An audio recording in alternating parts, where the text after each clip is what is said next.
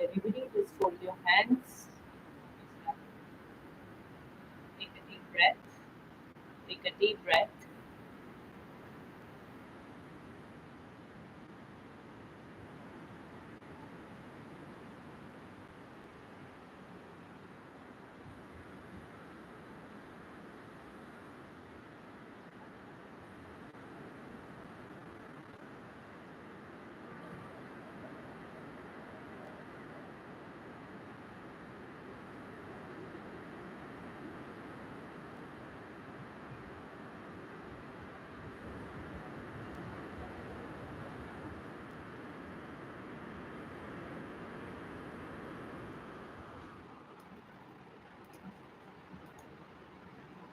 Welcome, everybody, to today's live session. This week, all week, we'll talk about sadhana, right? Sadhana in our life. You know, positivity should be enough, thinking positive should be enough, eating right should be enough, doing yoga should be enough. No, it's not true. Because I have done all those things and still not felt okay. Despite having money, despite having people, despite having a yoga practice, despite having, a lot of like everything okay in life, a good body, everything, and still not feeling okay, as if something's missing, as if life is not what it should be. Always feeling a hole, some kind of pain. Sometimes the pain can be because of our situations. Sometimes the pain can be because of people in our life. Sometimes the pain can be because we don't know our purpose. Sometimes the pain can be because we have not got what we wanted from life. You had dreams, your dreams shattered. You loved someone and they left. So many things can create pain. So I kind of tried it all, right? When pain comes, you seek advice, you talk to people, you get it out of your body, your system, and all that happens. And then still sometimes you're in the middle of the night, you are experiencing memories, you're experiencing questions, you're experiencing thoughts, emotions, and even crying. Even if you have someone to listen to you, it doesn't solve the problem. Sadly, in the way the world is designed, in the way human society has shaped up, there isn't too much room for feelings. There isn't too much room for um, talking about what we are feeling, what we're experiencing. People think you're weak. People will usually take advantage of you, of your emotional vulnerabilities. This happens a lot, right? People get taken advantage of because of their emotional vulnerabilities. So you become reckless. You try to chase pleasure to run away from pain. Half the time we're chasing pleasure is because we're running away from pain.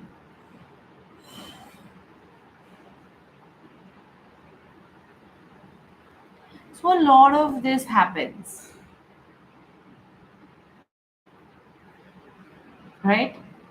This in the world when one comes in contact with the muck of the world and the muck within themselves. It's not like we are complete saints sitting here. We haven't achieved any sainthood.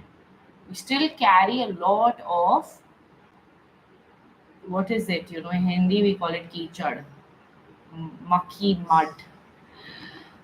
We carry a lot of vasanas that we want to get rid of. Our anger, our reactiveness, our lack of trust, possessiveness, jealousy, our sexual perversions, our our laziness. There's so much we face within ourselves that when we face it, when you really honestly face your own crap, you realize that, my God, how will I live life like this?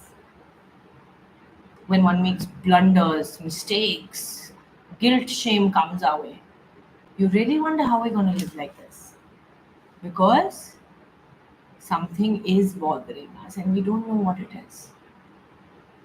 Whether it is within us, whether it's outside in the world, something bothers us. And this usually happens when we face a crisis.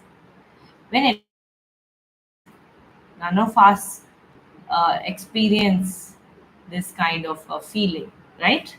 Whenever you are, when you are in a state of crisis, let's say your money leaves, let's say your person leaves, let's say your family fights with you, let's say somebody dies, it's only when we've hit a crisis point in our life does all this introspection ever truly happen. Otherwise, we don't really introspect on a day-to-day basis. That's the bitter truth. We just continue living, we're chasing happiness. We don't sit and face ourselves, our emotions, our feelings, our thoughts, and we want to avoid it. Some of you have a major problem of not being able to talk about your feelings, your thoughts. You can't, you don't, forget talking about it, you have not faced it yet. You don't know your real who are you. You don't sit with yourself alone. You don't face your own darkness, you don't face your own chaos. So silently we suffer. Some of us suffer loudly, most of us suffer silently. And these silent sufferings happen in our parents. Don't think that your parents are not suffering. These sufferings happen in your workplaces, in your life partners, in your in laws, everybody. They are just either not in touch with their suffering or they are avoiding it. They are doing everything to not realize. That's why, Buddha says life is suffering. Opening line of Buddha is this: life is suffering. And when I read it, I was like, what is Buddha talking about here? You know, no, life is pretty fun. Life is fun. Life is cool if you've got money. You know, it's so cool. Like, life is good. I have my husband, I have my kids, I have my money, I have my mother. We all are doing really well in our life. I'm famous. How can life be suffering, Buddha? Now let's remove my husband from the picture. Let's say tomorrow morning my husband calls up and says, Mana, this is over. The great life that I'm experiencing right now will become suffering. Let's say tomorrow somebody in my house dies, one of my family members. This amazing life that I'm experiencing right now will turn into suffering. Let's say tomorrow my leg gets amputated. Something can happen, right? My arm can leave, my center can fall down, break down. Sorry, guys, this is an English channel. If you want to attend Hindi, you have to wait for 10 o'clock. 10 बजे का wait करिए. 10 बजे Hindi channel पे live होगा. आप तब attend करें. This is only English. We have an हमारा हिंदी चैनल है, उस पे हिंदी में लाइव होते हैं. 1:10 बजे होगा वो. सो right, suddenly this flipping of life is happening all the time, from good to bad, from happiness to pain. Moment to moment, it's happening. Real, recognize it. That's all I will say. Mana, how can life be constant bliss? Is it even possible? Mana, what you're saying? Constant bliss? Look at the yogi. Only the ultimate yogi is in constant bliss. Rest, all of us cannot be in constant bliss. Have not achieved that state yet, where I am in constant bliss. That is a different. Those you have to make tough choices for that to remain in constant bliss, and one can only remain in constant bliss. One can only remain in constant bliss once it has renounced the world. Truly, at least internally. Once the inner renunciation has happened, the external it doesn't matter. At least internally, you must renounce. Then and only then can you be in eternal bliss. Otherwise, there's no way. Then we need a lot of sadhana. Life is crazy, let me tell you, right? As a child, you suffer a lot. At least those of us who are deeply aware, who feel too much, and there are going to be many of those people. I'm sure most of those people who have made it here are the ones who feel too much, who are the ones who experience life a little more intensely than other people. You know, the same incident impacts everybody in a different way because everybody's emotional sensitivity is different. Everybody's emotional vulnerability is different.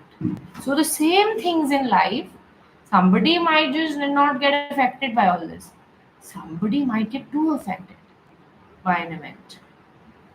So, then we feel pain, we feel intense emotions of anger, jealousy, possessiveness, hurt. Mostly it's just pain, guys.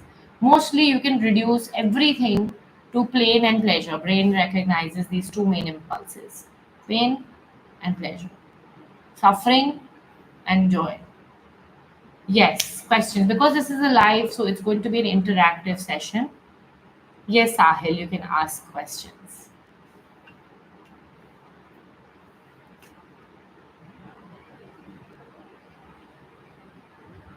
You want to ask? You guys can ask questions. Continue, like it's an interactive live session, right? So, how did I experience my pain? Turns out, thank you, universe, for effing up my life by making me an over emotional human being. I feel like that's a curse. Really, it's a curse to be over emotional, over sensitive, over everything. Just what was normal for my siblings or my cousins, for me it was like intense experience of life. I don't know why I was designed like that. I don't know. Most like water element people, cancers, Scorpios, most like people who have a lot of water element in their chart are going to experience this because and moon, right? Who have a strong moon lunar placement. So I was born like that, guys. I am sorry. I don't know why you are like that. I was born that way. This is the ascendant. This is the lagna my life. This soul wanted to experience. So I was born with extreme sensitivity to both pain and pleasure. So pain hit me really hard and pleasure also. I can't deny. I can extract pleasure out of life like most people can't. I can experience pleasure in like the subtlest thing, and that's something to be jealous of. I don't need to chase very big highs because oh god, when I'm experiencing pleasure, I can experience pleasure like how. But I can also experience pain in the same capacity. And that was probably Buddha's state. This is why he left everything and ran away. Because he probably couldn't live with his emotions, with his feelings, with his tendencies. You know, some people just too sexual, too sensual, too happy, too sad. Just imagine living with yourself like that. It's very difficult, right? It's like a snake. I think a snake is experiencing reality like that. That's why in sadhana, snakes are everywhere. Shiva has a snake, Vishnu has a snake. Because snakes experience are hyper aware beings, creatures. It's why they attack you, it's their protective mechanism. So, I don't know, my experience was life was somewhat like that. I think the only cure that I found in everything I've experienced, guys, I mean, I have thought relationship can fix it, a lover can fix it. Just escaping from yourself, your emotions, and go seek love of a partner. That's an escape mechanism, also, by the way. Seeking love to heal yourself, seeking love to fill that void, right? And today in Kamaini, I'm going to talk about all this. Why we need to heal before we manifest our dream partner, our soulmate, our life companion, whatever. So, this is what we can do sometimes with ourselves. Then, secondly, what else do we get wrong? We think that drugs can fix it, alcohol can fix it, partying can fix it. Let's dress up and head out. Go out with your friends. Maybe your feelings will kind of, you drink, you do all these things, right? To escape the void within, the pain within, the suffering within. Then what else do we do? Then we go do a lot of other happy things also, right? Which we want to travel. Why do we want to travel so much? Because we think something we'll find from there. Oh, we need to go experience, have this experience, that experience. All this starts becoming, for most people, an escape route.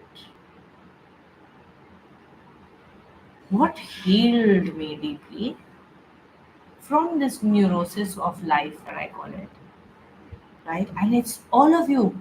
You'll think it's your situation, it's your parents, it's your why did this is a particular thing that is happening to you. That's why you are having this reaction. No, it is just how life is. That's why Buddha didn't say my life was is a suffering. Buddha said life is suffering. He understood that this is going to happen with everybody. This is going to happen with everyone at some point. And it does happen with everyone at some point. Like when I was going through the major shit of my life, everyone around me was healing. Nobody's parent died. Nobody in my friend circle. Nobody's parent died. Nobody's committed relationship ended. Nobody had financial stuff that they were going through. All happening at the same time. So they were all thinking about where they're going to go study. They were having fun. Their maximum trouble was, getting grades. But I was blessed with a life that was insane. Like all hell was breaking loose for a good number of years in my life. Some dasha, some planetary alignment, okay, whatever. Oh, mana, your karma was bad. Agreed, okay? Bad karma, bad planetary alignments, bad dashas, everything, whatever you can say was happening. And here is this being overwhelmed with all this. Overwhelmed. No way to cope. I didn't want to do drugs. I didn't want to smoke pot to escape my miseries. I didn't want to use sex as an escape route. I didn't want to use another person as my escape route.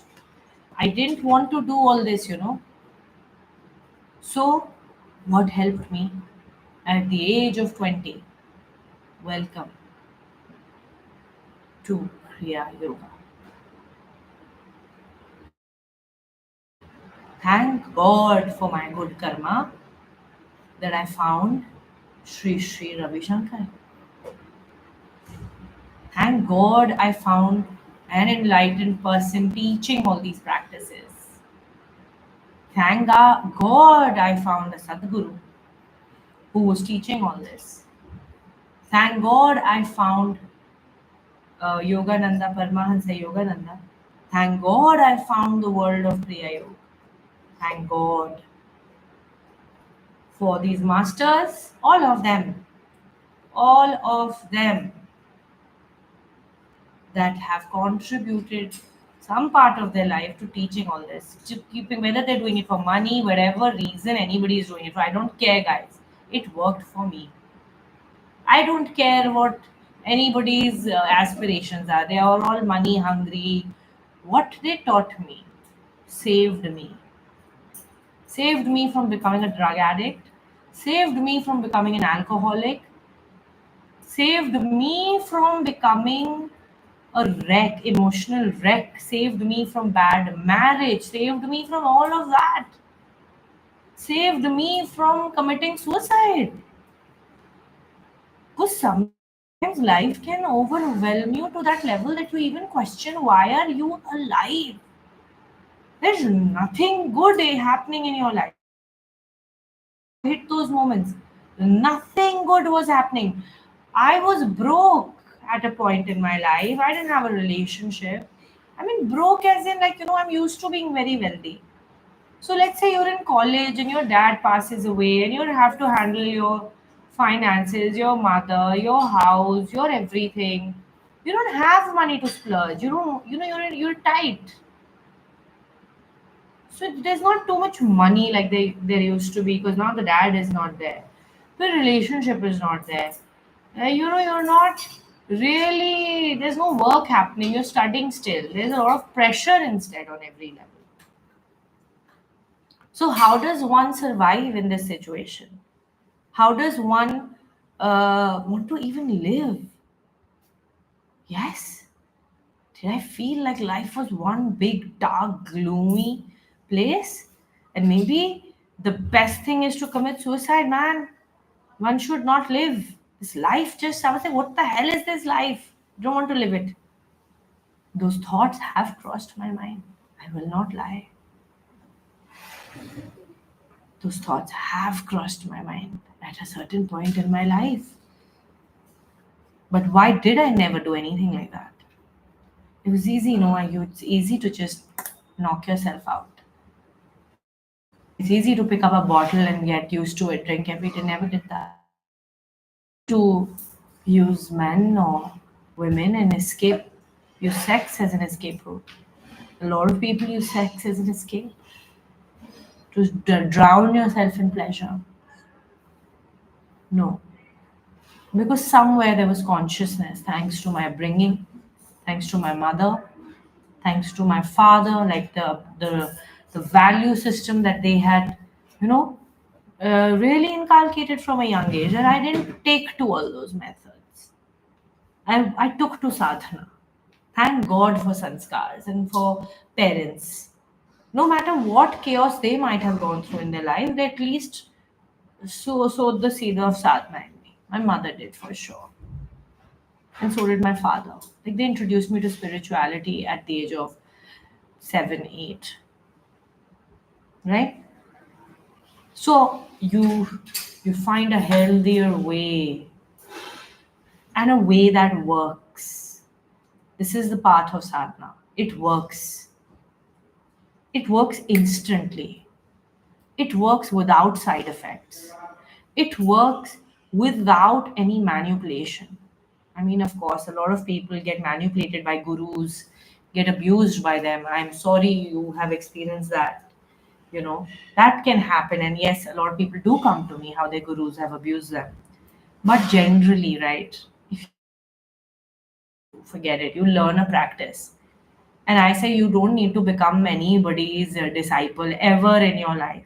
No guru, no real guru gives a damn about anybody wanting to be their disciple. I don't think any guru is really seeking disciples because they won't love their freedom as much. I love my freedom. I don't want to be Mataji. I'm not seeking that. I'm not seeking here to build a commune, a cult, which I can boast. I have these many followers. No, I don't care about those things, you know. But just learn the practice and just do it. So Let's talk about sadhana today. Before that, let me take some questions. How can we more? That's my daughter in the background. Please ignore her, guys. She doesn't listen to me. Today's her holiday, so she's around. How to become more sensitive? I'm kind of the opposite. I have trouble expressing emotions. I'm too logical. Anjal, thank you for saying that. You are. I need Anjal in my life. Anjal, you can balance people like this who are too emotional. We need logical people who are not so emotional. But let's come to the real inner harmony. Right, is very important. A lot of people that are too. That means you have a lot of earth element in you, practicality. You have a lot of intelligence if you have the space element in you. Air element can be very very active. So we all carry different elemental makeup. So you make yourself too sensitive? I don't think so. I don't think we should change our prakriti, that you should now become emotional person. Why? But you can learn how to respect emotions. Start with that. Maybe you don't understand emotional people. Maybe you don't understand intense people. But you can respect them and respect their perspective, respect their perception, you know. Just a moment, guys.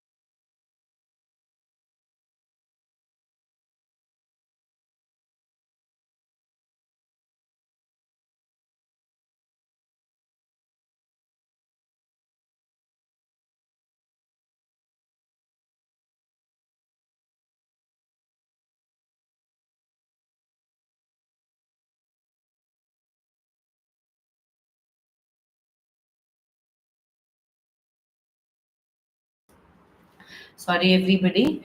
Actually, children and not having their school, they need a lot of attention.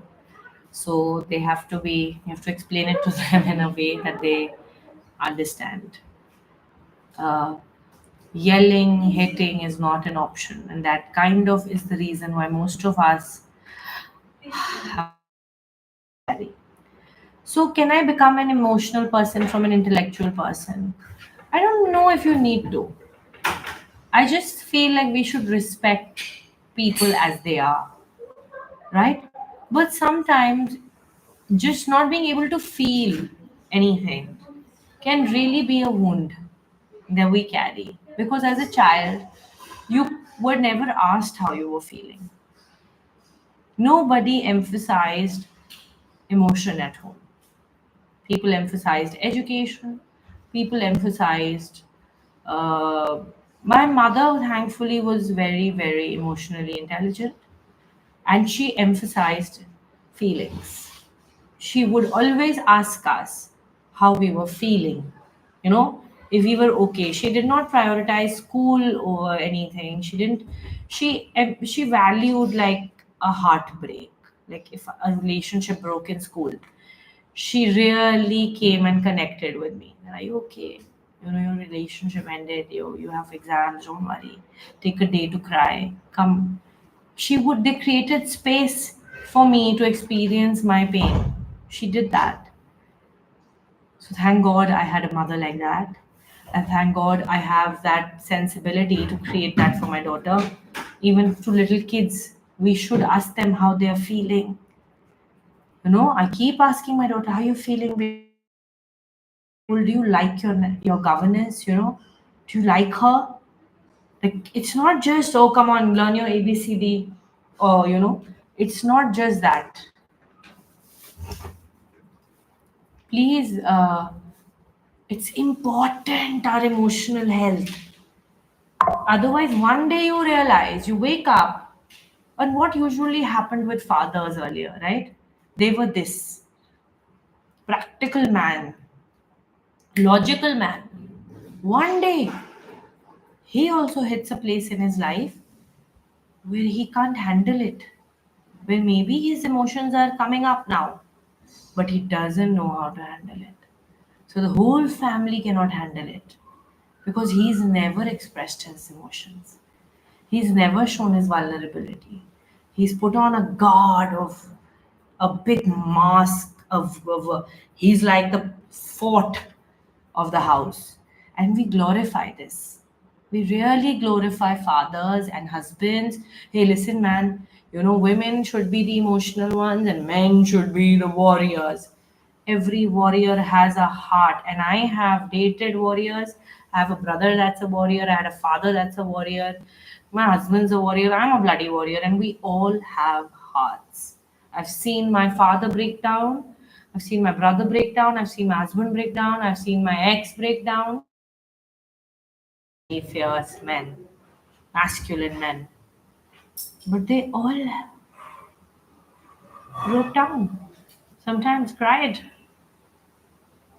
and I watched that happen.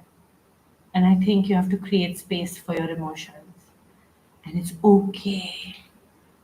As much as we expect men to be tough, as much as we expect men to have it all figured out, did my father always have it all figured out? No. My mother had to step in so many times to help him with his work, to help him with things that were out of his control. Same as with my brother, same as with my husband, same as with me. None of us have it all figured out. But what does sadhana do? Sadhana has this magical ability to immediately lift your energy. And sadhana came to me in a few ways.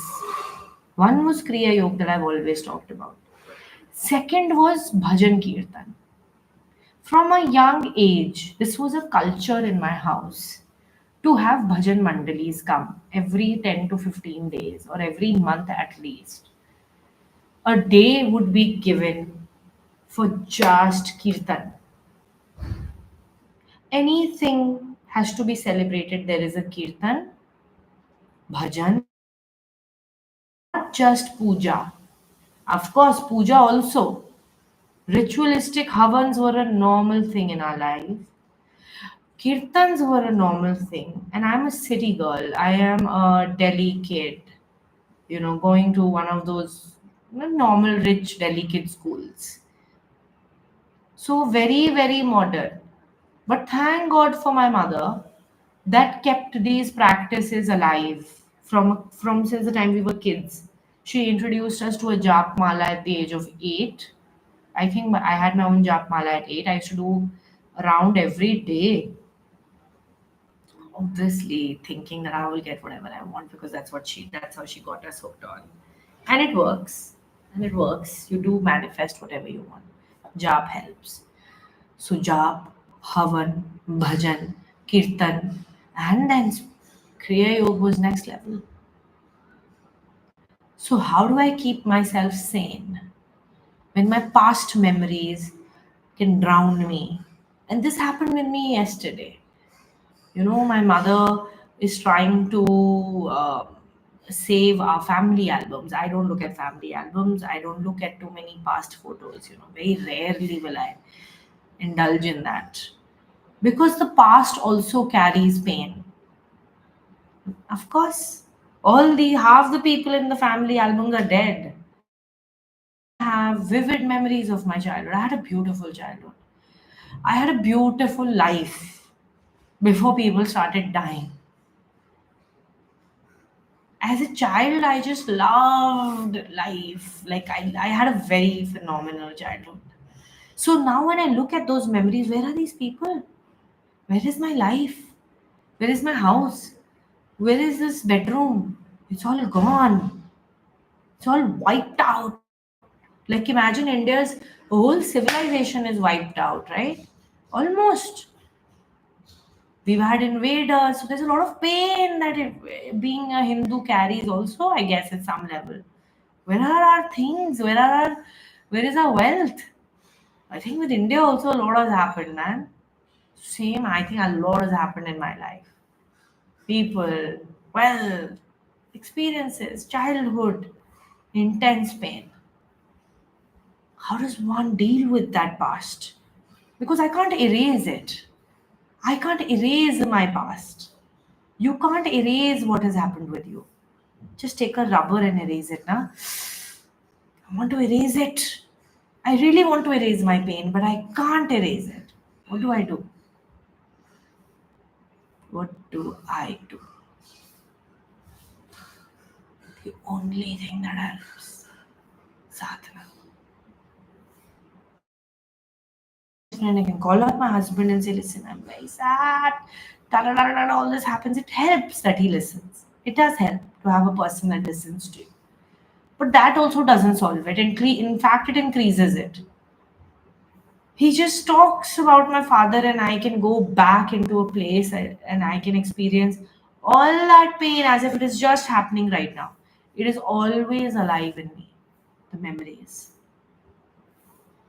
I have not been able to delete my memory box. But yes, I've figured out how to rise above it. And the only thing that helps is sadhana, is God. God. You know, oh, does God exist? And if God exists, why is there so much pain in the world? Why is life suffering? I don't have an answer to that because I don't know if life is suffering, but life is playground, right? For some people, it is more intense, and for some, it is not so intense. I can't say that life is suffering totally because life was also love and beauty and hugs and kisses and people and family gatherings and cousin time, and life was great. But yes, when all that changes and you go through the transition, I'm sure life becomes sadder. When my father was seeing his little babies not need him, that the daughter is saying, I don't need your money, daddy. Oh, what do you mean? Because that father has lived his whole life to earn for you.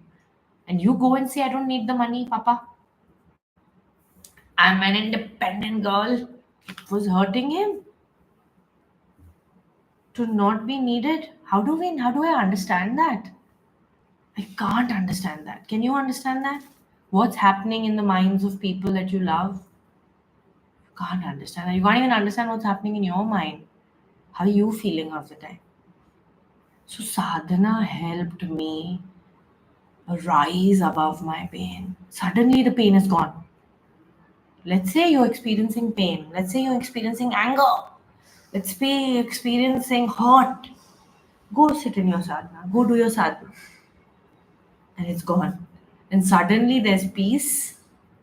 If not peace, then bliss, joy, a certain kind of, sometimes when you're experiencing pain, anger, peace is enough. Peace is a must. Just to be at peace is enough when the world is too much to deal with. When you're overwhelmed with life, peace is enough. You're not even wanting bliss. You don't want ecstasy. You're saying just give. So sadhana gave me that peace. And then it moved me from peace to joy. From joy to bliss, highest state of human experience, of emotions.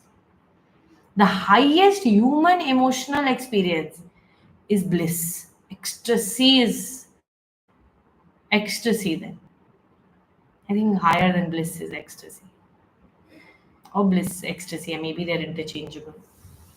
But I felt bliss is like this, and ecstasy is like, whoa. Your body, your pran will leave your body when you're in ecstasy. That's how it feels, right? I have experienced all that upper range. I call it the upper range of human experience. This is the upper range of human experience. The lower range of human experience is anxiety, fear, anger, pain. Anxiety, fear, anger, sadness, pain. Yes, I do the chakra sadhana and I teach that in Chakreshwara. This is what I teach. I cannot teach it just like this. This is a it needs commitment and it needs time and it is a process.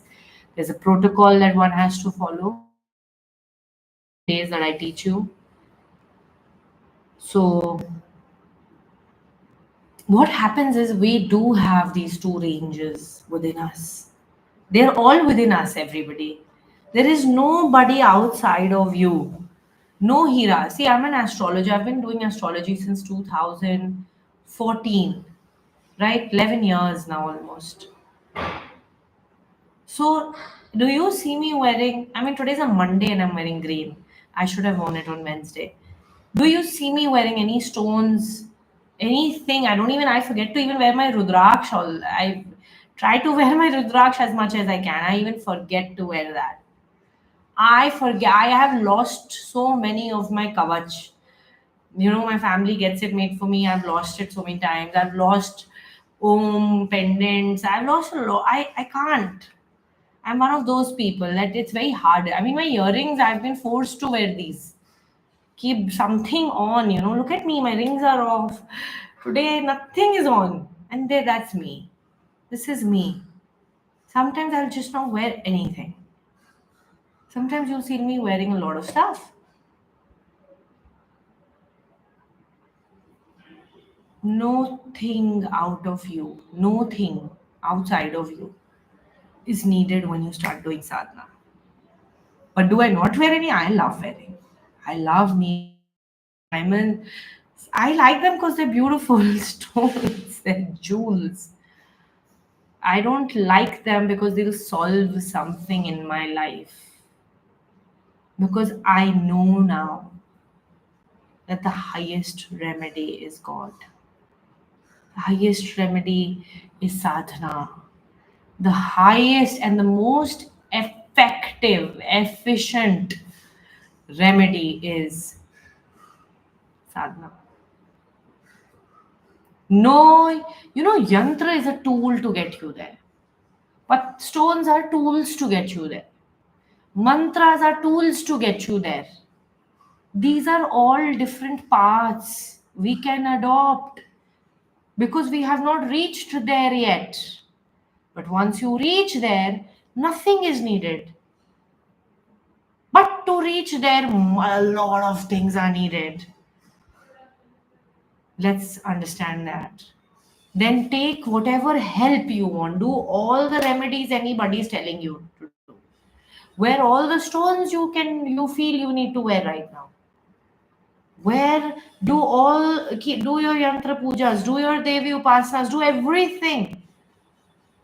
You need it. I have done everything to reach there. Once you reach there, you don't need the equipment now. You can just see you climbing the mountain. You have your harness. You have your tools. You need those. You need a bloody parachute, man. What if you slip? But once you reach the peak, do we need anything?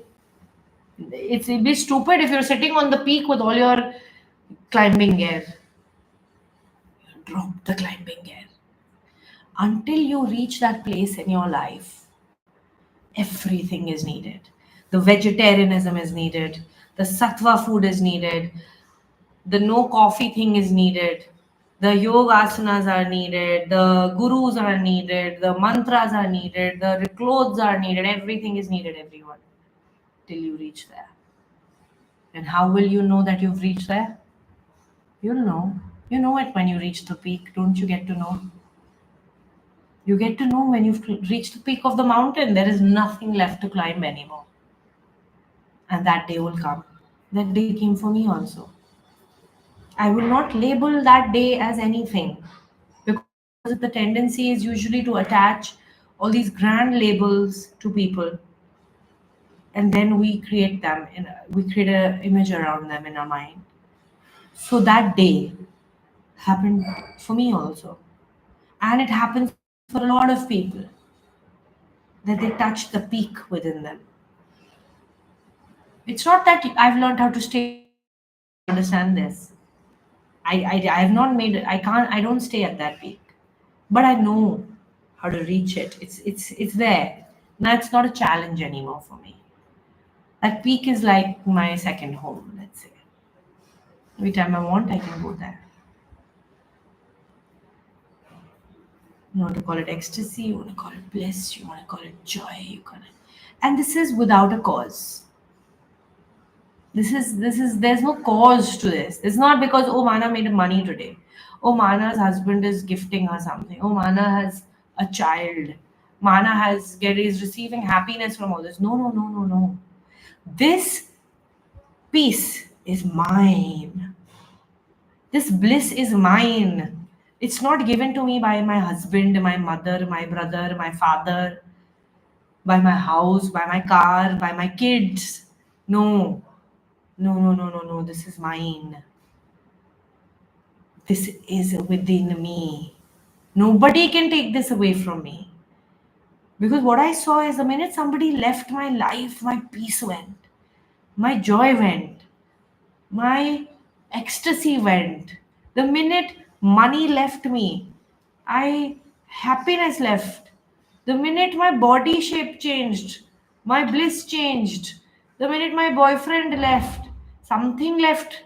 Every time something was controlling, dictating of what is I'm experiencing within. Till I decided, it can't go on like this. This is great. This is neurosis. That life is changing, and it is I'm the puppet. I'm the puppet. I refuse to be the puppet to life one day. I said, no, no. This can't go on. I will be the puppeteer and life will become the puppet. This is how I want to live, universe. I want to be the puppeteer. Right? There's no way I want to be a puppet anymore. Anybody can come, anybody can create any feeling in me, anything can happen, and I don't know how to change it. I don't know how to fix this. I don't know how to create those emotions within me, the upper range of emotions. And this is all emotion. This is all a human experience, or your divine experience. So we have the whole spectrum of what you want to experience. You want to experience suffering, you can experience it. You want to experience ecstasy, you can experience it. And the whole spectrum exists within you. Your thoughts, your emotions, your life energies, your and it's just a bunch of habits. It's just a bunch of practices that I'll teach you, and you can curate your own. So yes, people can die, and it's not like you won't shed tears, but will you become dysfunctional? No, no. The 20-year-old Mana didn't know that. How not to be dysfunctional should be the label of this, right? We can actually even experience peace when someone dies, when someone leaves, the worst happens. You just gotta keep doing your sadhana. Gotta keep your eyes on God. You gotta keep your eyes on God. And I will tell you there are four main ways. First way, and a very powerful way, is bhakti. Bhakti of God. You just don't have a habit. Nobody instilled that in you when you were a kid. Nobody introduced you to bhajan kirtan. Bhajan kirtans, music and dancing immediately shift your energy. Immediately shift your energy. I wish we would have done a bhajan kirtan on the day my father died. We didn't do it because we were mourning him. I wish somebody was smart enough and it said, his celebration, no one's crying. Come on, let's celebrate this man. Utho, nacho sab. Nobody did that. What will Mana do when she dies? My kids are not going to suffer my death. My kids are, it is going to be, I'm going to write that down. It will be a part of my will that you'll only inherit my assets if you do 13 days of celebration of my death. Nobody is getting sad because you know what happens? The ones that are left behind are broken after someone dies. You need to tell them, listen, you better celebrate. Our life was a celebration, our death is going to be a celebration. And change that. There's nobody mourning and crying and doing all this. Come on, get up and dance. Go to the duck club. Go have a beer. Go dance. Go do whatever you want. But nobody's crying. Right? But how will we practice that? You need to get up and dance every day, everybody. You know what's the greatest song? Who better to dance for and with is the divine, because we all come from that divine source and we all merge in that divine source. It is the beginning and it is the end, is the divine source. And this life is just a little play in between. So remembering that divine source every day helps me go through this Mahasagar, this big ocean of life. Isn't it an ocean? Aren't all these things that are happening with you like big waves, tsunamis sometime? So keeping your focus on the ocean and not on the waves really helps me. It helps me. So I don't listen to sad songs. I stopped listening to sad songs. I started listening to kirtan. Govinda Gopala Devaki Nandana Gopala, and the kirtan can happen on your YouTube. You don't need to go anywhere. This is the music I plug in, I put on my iPod, iPad, on my iMac, I mean everywhere. Upbeat Govinda Gopala Devaki Nandana Gopala. Raise your energy with this kind of music. It will change how you live your life. It changes how you experience life. Saying Hare Krishna, Hare Rama is very different from saying listening to other pop music. Is there a difference? Yes. One is remembering the source, and one is Does it mean I don't listen to rap music? I love rap. But proportion is 90%, 10%. I will 10% listen to all this Bollywood also sometimes, because my kids are young and they want to, everybody, my staff wants to listen. So I enjoy that also once in a while. But 90% I'm only listening to kirtans, mantra, jap, all this high spiritual music. And bhakti, this all comes in bhakti. Thinking of God, singing for God. Bhagavad Gita. Gita नहीं, गीत है वो actually, क्योंकि संस्कृत में everything becomes a, Rama. A lot of people think that Rama is a wrong pronunciation. Not true. In Sanskrit, it is Rama. In Hindi, we say Ram. Rama. Rama is Sanskrit, not Rama, but Rama. Rama, Rama, Rameti. Rama. right? Sanskrit is like this. We say the after things, not a, but a. Dharma. So, talking about God, thinking about God, dancing, Kathak, any music. I used to love dancing. Dancing also helps you raise your energy, right? Immediately you'll snap out of your whatever shit you're going through. Mood, the low mood, huh? Coffee helps. To be very honest, coffee helps, huh? If you're a depressive person, let's say people who are depressive tendencies. These are all tendencies, guys, you know. Tendency to go really low is a tendency to hit the low, and kind of stay there. Coffee will help you. In such rare cases, I actually say have coffee. Coffee actually helped me in life. Having black coffee, and I used to put my coconut oil in it. Even now, sometimes I do it, huh? It helps. It's better to have your coffee than to experience depression. I'll be very honest. If you feel that you're going through depression, just start having a cup of hot chocolate, coffee. Do your brain will thank you. Because sometimes we don't secrete those hormones, we have not worked out, you're not doing your yoga practices. Okay, just have a cup of coffee, man. It will not kill you. Your depression will kill you. People's depressions will kill them more. You'll be suicidal. So it's better to have a cup of coffee. It's better to be a coffee addict than to be a depressed, suicidal human being. Really. I wish like spiritual people were not so polarized on all these things, you know. Spirituality, it becomes too anal about like stupid shit, you know. They're stuck on the stupid stuff instead of talking about the real main stuff. They get stuck on all this. Hey, chai पीना नहीं है, hey, coffee नहीं पीना है, hey, ये नहीं कपड़ा पहनना है, you don't wear these clothes, you don't do this, you don't do that, you don't have sex. Talk about the main point, man. God.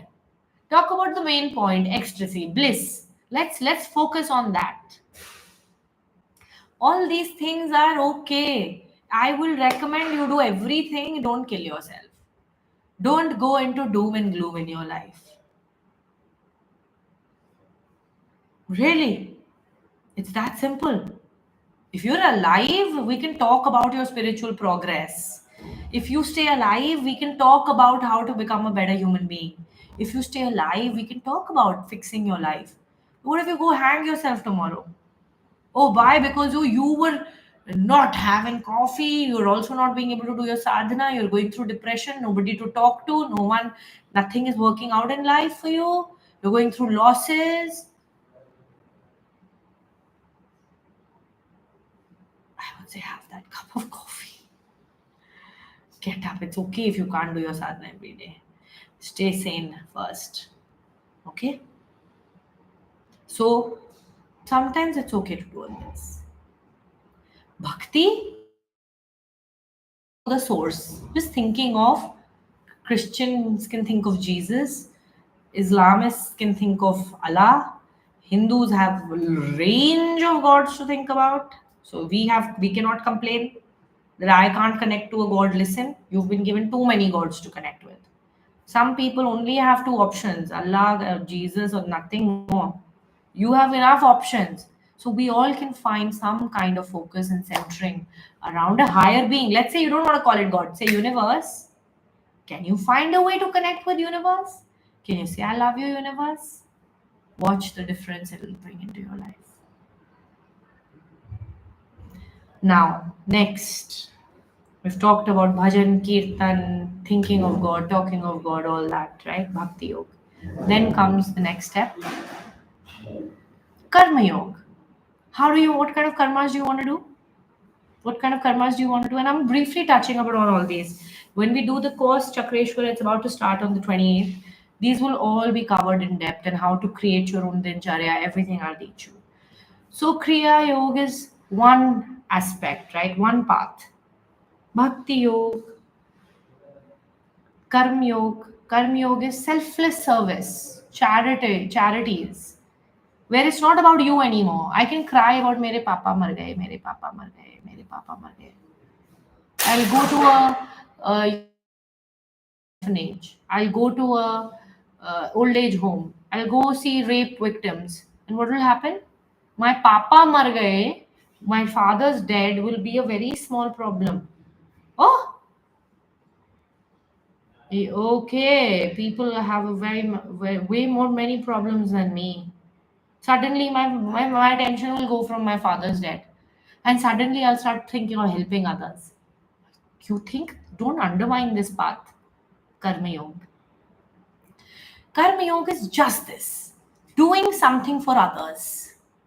Simple one line. I'll break it down. What Karma Yoga is: doing something for others, helping others, is the best way to escape your pain. Transcend your pain. Forget your pain. Your pain is not even a problem now. You are facing bigger problems of others in the world. Seva. Right? Any work you can do, think about the pain of others. Third path is Kriya Yoga or all yoga. All yoga that is based on Hatha Yoga, body, asanas. It also includes mantras, certain kind of mudras. This all comes in yoga. This is Hatha Yoga is the foundation. Body as a yantra. We are using the body as a tool to elevate the energy. Tantra Yoga, Hatha Yoga, all this will come in. Combination of Hatha and Tantra. Okay? That's Kriya Yoga, really. Simply put it. But you need a little bit of Hatha Yoga in that. And then we do Tantra Yoga. It's all a part of that. Same. How to play with the body's energies, energy system of the body, prana. How to morph that, how to play with that, how to create that, align that so that you reach into the higher emotions. And it's possible, guys. This is my way. My 90% is this only, Kriya Yoga. Then the fourth one, meditation, dhyan, which is Raj Yoga, is introversion, shutting down. There are many ways to go into the dhyan space. Raj Yoga means inner, turning inward. So Chakreshwara is a bit of all of these parts combined, and to really fasten your experience. Yes. So all questions that you have, uh, let's take up Sahil's question and then I'll end the live because we've gone on for too long. Tomorrow you can ask more questions. There are times when we can't label an emotion. There are multiple emotions at the same time. What should we do? We need to build an emotional vocabulary, right? Melancholy is something. Reminiscing the past and becoming melancholy is something. I am sad is not enough. We need to be emotionally literate. And I talk about that emotional literacy in one of my videos. We've just posted it. Yeah. Vardhan and Kamaini are starting today. Emotional literacy also helps us manifest great relationships. Right? That's what we teach in Kamaini. How to build emotional literacy. Varuni, lots of love to you. Thank you, everybody. I have to start the Hindi live. Yeah, Vardhan and Kamaini are starting today. Anybody who's not been able to afford the course, I really apologize. We will try to reduce our prices moving ahead and make sure that in the coming months, courses become more accessible to everybody. We will work on our pricing. And you can always specially request for a discount if you can't afford it. Those who can afford it, please pay the full price. But those who can't afford it can write, DM us on Instagram or leave a message or comment on YouTube, and the team will reach out to you today with trying to help you with a discount if you can't afford it. Only if you can't afford it. Thank you, everyone. See you tomorrow.